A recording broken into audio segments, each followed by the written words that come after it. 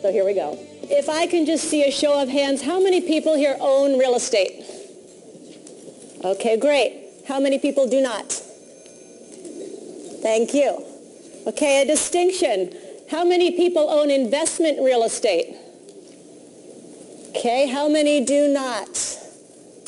Great, thank you. Is there a difference between real estate and investment real estate? Yes. I would say all investment real estate is real estate, but not all. Okay, how many do not? All real estate is investment real estate. And I want to make the distinction because I have so many people come up to me and they said, oh, Kim, I just started investing in real estate. I went, great, what did you buy? They said, oh, I bought my home. I'm like, okay, let's separate out your investment, which is your business. Your investment real estate is business. Your home, you don't buy a home necessarily to make money quickly, right? It's an emotional buy.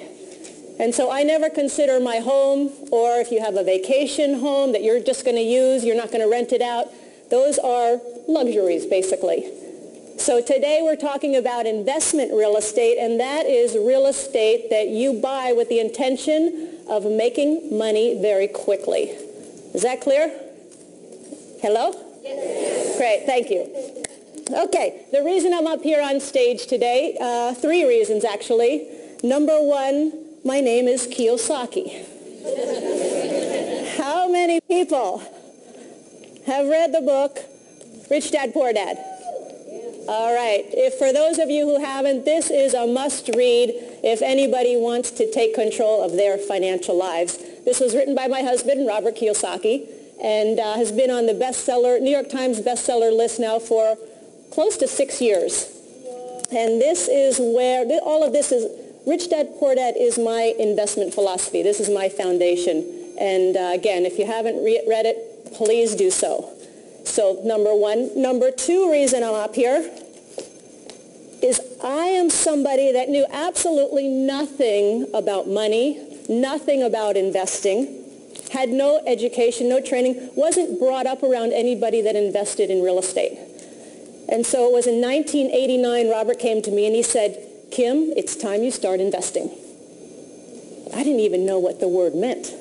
All I knew is, I saw some stock shows on TV, and I said, does that mean you're supposed to buy stocks and bonds? And he's like, no. And so he began to teach me what his rich dad taught him, and then he said, okay, you're on your own. I'm like, great. So I go out there and I'm looking, and to make a long story short, my very first investment property was a little 2-bedroom, 1-bath house in Portland, Oregon. And we actually have a picture of it if you'll put it up on the screen. There it is. That's my mom on the porch. But that was my very first investment property, little 2-bedroom, 1-bath house. And I'll tell you, I was scared to death. I'm like, what if the tenant moves out? What if I made a mistake on the numbers? What if the roof leaks? What if? I studied this property for days and days and days, went over all the what you call due diligence, checking out the property up one side and down another. And the funny thing is, when it came time to close the property, I'm at the closing table, and first of all, they couldn't make out my signature because my hand was shaking so much. And then I had to come up with $5,000, which I didn't have. So I had to scramble to come up with that. So I had this check for $5,000 in my hand. And they're like, okay, now we need the money. And they couldn't get the check out of my hand. I'm like, no, I can't do it. But that property, just to give you an example, that very first property cost me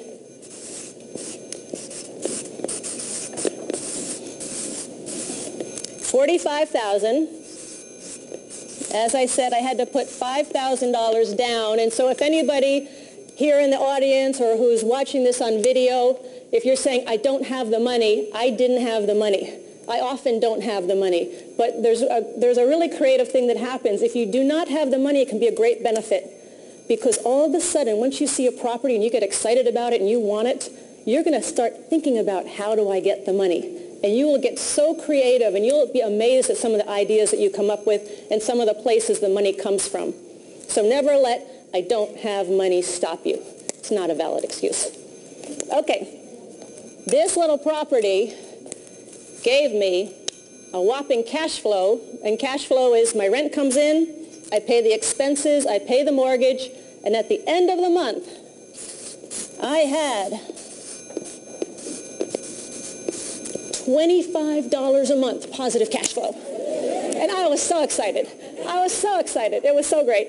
And so that was my very first deal, and that's where I really learned the fundamentals of real estate investing, because even though it was a small property, the basics of investing, the basics of running a property, of managing a property are the same.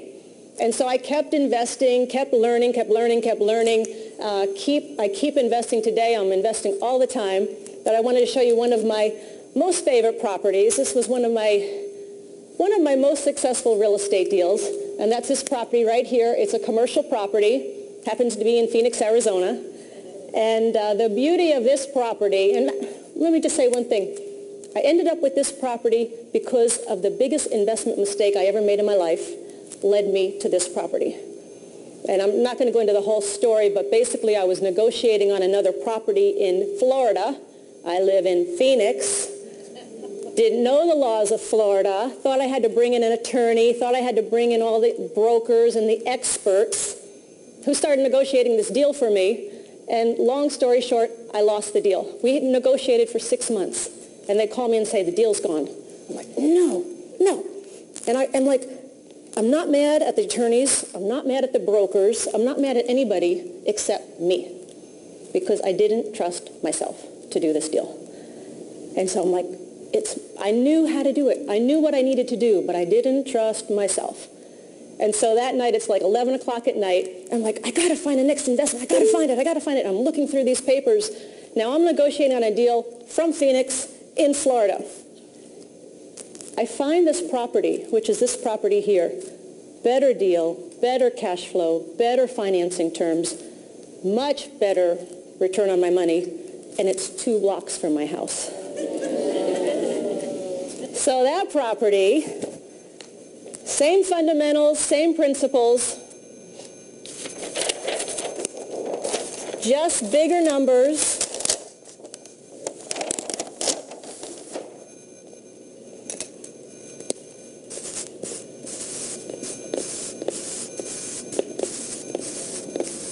That was an $8 million property.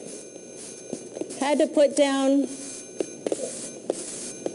$1 million, of which I did not have. So I had to find out how to get that money. Again, never let I don't have the money stop you. And this, instead of $25 a month, today it puts $30,000 a month in my pocket, month after month after month. So again, it's not rocket science what I'm going to talk about today. It's not necessarily, I say it's very simple. The concepts are very simple,